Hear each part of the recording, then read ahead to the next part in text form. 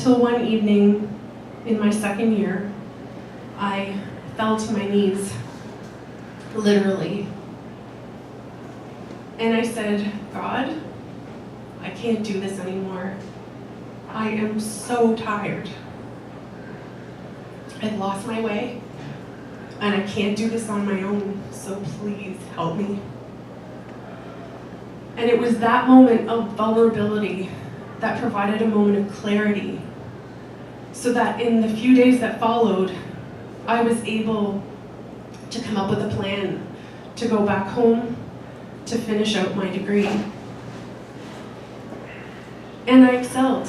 At school and personally, I was able to spend time with friends and with family and reconnecting, feeling more in touch with myself. I left my promiscuous ways in the dust. And yet, I didn't talk about the experience. I didn't talk about the rape.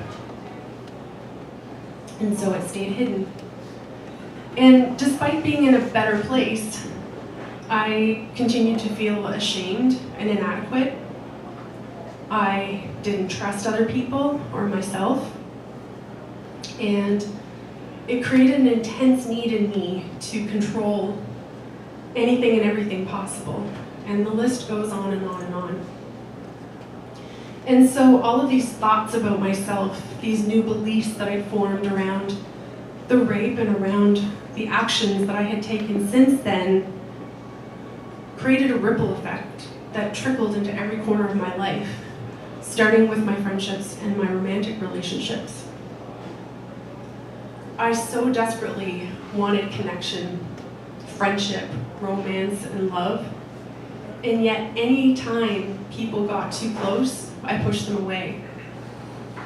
All I kept thinking was, what are they going to think? It's my dirty little secret. And I was so wrapped up in what I had done since the rape that I started to believe that that was me.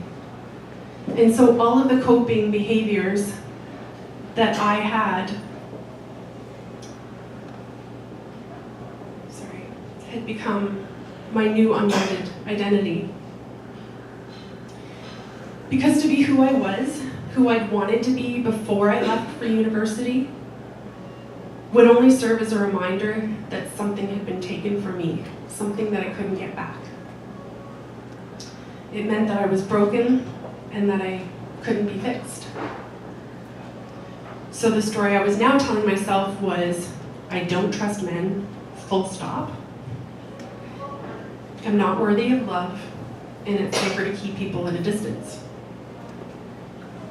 When I met my now husband, Paul, my beliefs reared their ugly head yet again, and I was so happy. We were so happy, but too happy. And so I found a reason, really it was an excuse, and I ran. And fortunately, I had a phone call with my mom, and she helped me to see that I was once again running from my happiness. And so when we got off the phone, I remember asking myself, how long are you going to continue to let what happened run the rest of your life? And later that day, I found myself at a pawn shop with a diamond band in hand, this one that I'm wearing here. And I decided to buy it.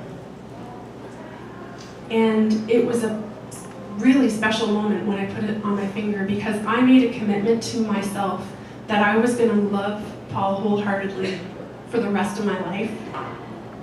And most important, that I was going to allow him to love me for the rest of his. And with that decision, I rose above the fear. The ripples also trickled into my work, especially my last 2 jobs where my character was called into question for reasons I still don't understand. I was bullied, and despite having a raving performance review only 2 weeks prior, I found myself in a boardroom being told that I was being let go with nothing else of a reason except that I wasn't the right fit. And immediately following that, I was escorted from the building. So talk about humiliated. Of course, because of the stories I'd been telling myself for so long, this further fed my beliefs that I wasn't valued or valuable, and that nothing I ever did was good enough. Hashtag perfectionist. Honestly, though, being let go from my last job was the best thing that could have ever happened.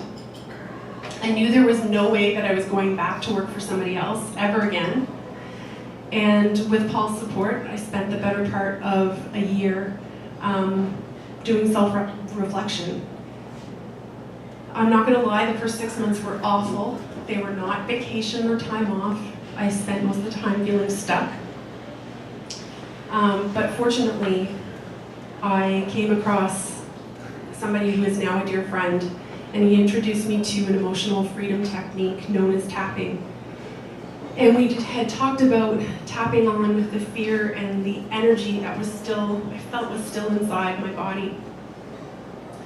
And as we were tapping on this, I had this sudden sense of complete peace and calm, like I just can't explain. And he asked me, he said, if you were to use a word to explain how you now feel about the rape and that experience, what would that be? The word came immediately to mind, but I'll tell you, I laughed it away. And it persisted. And I looked at my friend and I said, that's messed up. And I might have dropped an F-bomb, I'm just saying. Because a couple of minutes later, I shared the word with him. And the word was grateful. I was grateful that it happened. Now I know that there's no way that that word was of me because my mind could not understand it. And yet I felt so light and so at peace. It was just right. What an amazing, inexplicable gift. After days of processing this new gratitude, I came to the at first unsettling realization that I had realized that the trauma happened for me and not to me. And I know that sounds crazy because it seemed crazy to me at the time, and sometimes I still can't make sense of it. However, I thought, if something like that can happen for me and not to me, then doesn't that mean that everything, good and bad in life, is happening for me and not to me?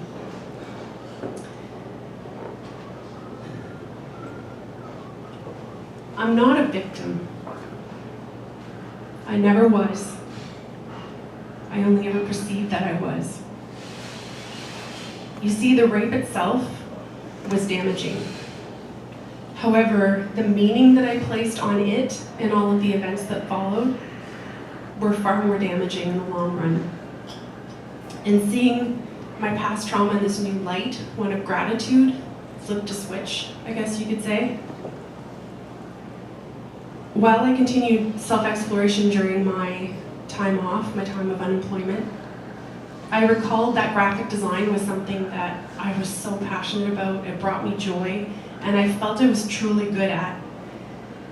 And instead of letting my fears rear their ugly head, which, believe me, they tried, I set them aside. I jumped both feet in, heart wide open, and started my own business. And I absolutely love the work that I do and the people I work with. I wouldn't change a thing. I've come to learn that the thoughts or stories I've created around a life event can't be changed if it serves me, or if I feel they no longer serve me. It takes time and a whole lot of patience and self-love, and sometimes even a little divine inspiration. But I now see that I have the power to rise above any experience that comes my way, past, present, future. And in fact, as the original song that I will soon be sharing with you says, all good intentions set forth into motion create a brand new start. Thank you.